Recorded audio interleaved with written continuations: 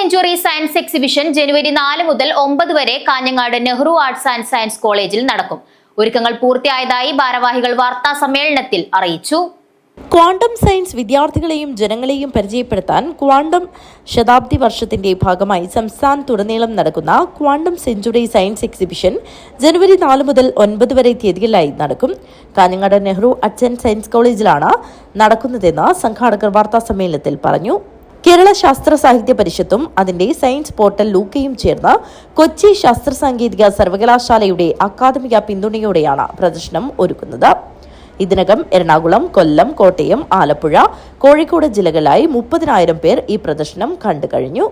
High school വിദ്യാർത്ഥികൾക്കും സാധാരണക്കാർക്കുമെല്ലാം മനസ്സിലാകും വിധം ലളിതമായാണ് എല്ലാം അവതരിപ്പിക്കുന്നത്. കണിക പരീക്ഷണശാലയിലേക്ക് ഒരു വെർച്വൽ റിയാലിറ്റി യാത്ര, ക്വാണ്ടം കമ്പ്യൂട്ടറിനെ പരിചയപ്പെടാം, quantum biology, forensic science, nano technology തുടങ്ങി 28 വിഷയ മേഖലകളിലുള്ള എക്സിബിറ്റുകൾ പ്രദർശനത്തിൽ ഒരുക്കിയിട്ടുണ്ട്. പീരിയോഡിക് ടേബിളിലെ ഒട്ടുമിക്ക മൂലകങ്ങളെയും CV രാമൻ കണ്ടെത്തിയ രാമൻ പ്രഭാവവും ഉൾപ്പെട്ട കാണാത്ത പലതും നേരിൽ കാണാം. പ്രദർശനത്തിന്റെ ഉദ്ഘാടനം പ്രൊഫസർ K. പാപ്പുട്ടി നിർവഹിക്കും. E. ചന്ദ്രശേഖരൻ MLA അധ്യക്ഷത വഹിക്കും. M. രാജഗോപാലൻ MLA മുഖ്യാതിഥിയായിരിക്കും. ഇപ്പോൾ തന്നെ കേരളത്തിലെ ഏതാണ്ട് 4 ജില്ലകളിൽ കാര്യങ്ങൾ പൂർത്തിയാക്കി കഴിഞ്ഞിരിക്കുകയാണ്. 11 ജില്ലകളിലാണ് നടക്കേണ്ടത്.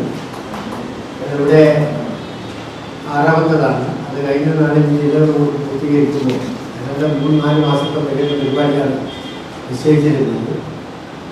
അപ്പോൾ അതിൻ്റെ ഭാഗമായി നമ്മുടെ നെഹ്റു കോളേജിലേക്ക് ഒരു അവസരമുണ്ടായി എന്ന് തന്നെ നമുക്ക് നാട്ടുകാർക്ക് വലിയ കാര്യമാണ്. നമ്മുടെ നാട്ടുകാർക്ക് മാത്രമല്ല, നമ്മുടെ വളരുന്ന തലമുറക്കാണ് ഇതിൻ്റെ ഏറ്റവും വലിയ നേട്ടമുണ്ടാകേണ്ടത്. അല്ലെങ്കിൽ ആവശ്യവും അത് തന്നെയാണ്.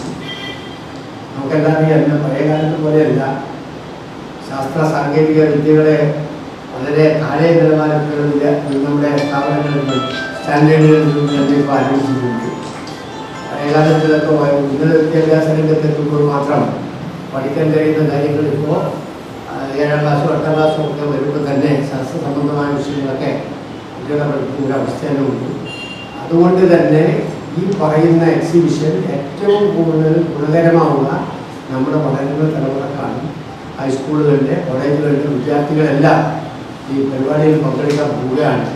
കാഞ്ഞങ്ങാട്ട് നടന്ന വാർത്താ സമ്മേളനത്തിൽ chairman E. Chandrasekharan MLA, general convener doctor Reeja PV, Kerala ശാസ്ത്ര സാഹിത്യ പരിഷത്ത് ജില്ലാ president K. Balakrishnan, secretary PP Rajan, media committee convener Kodakkad Narayanan, chairman TK Narayanan, P. Kunhikannan എന്നിവർ സംബന്ധിച്ചു. News bureau, Kanhangad.